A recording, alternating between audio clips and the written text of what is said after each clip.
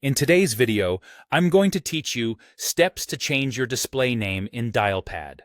Changing your display name is a quick way to make sure coworkers, clients, and meeting attendees see the right information when you call, message, or join a conference. Whether you're correcting a typo, updating a last name, or aligning your profile with your team's naming style, I'll walk you through it clearly from start to finish. First, log into Dialpad on the web or in the mobile or desktop app using your usual sign-in method. You don't need anything special for this, just access to your account. Once you're in, head to your personal settings. Depending on the interface you're using, you'll either go to your settings directly or open the profile menu, usually found by clicking your avatar or initials in the top corner, and then select Profile. Both paths lead to the same place, your personal details. On your profile page, look for the option labeled Edit Personal Information. It might appear as a button or a small edit link near your name. Click that to open the editable fields. Now update your name.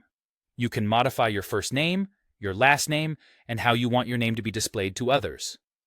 The display name is what people typically see in calls, messages, and meetings, so choose a format that's clear and professional. For example, you might keep it to your first and last name, or include a middle initial if that helps colleagues identify you.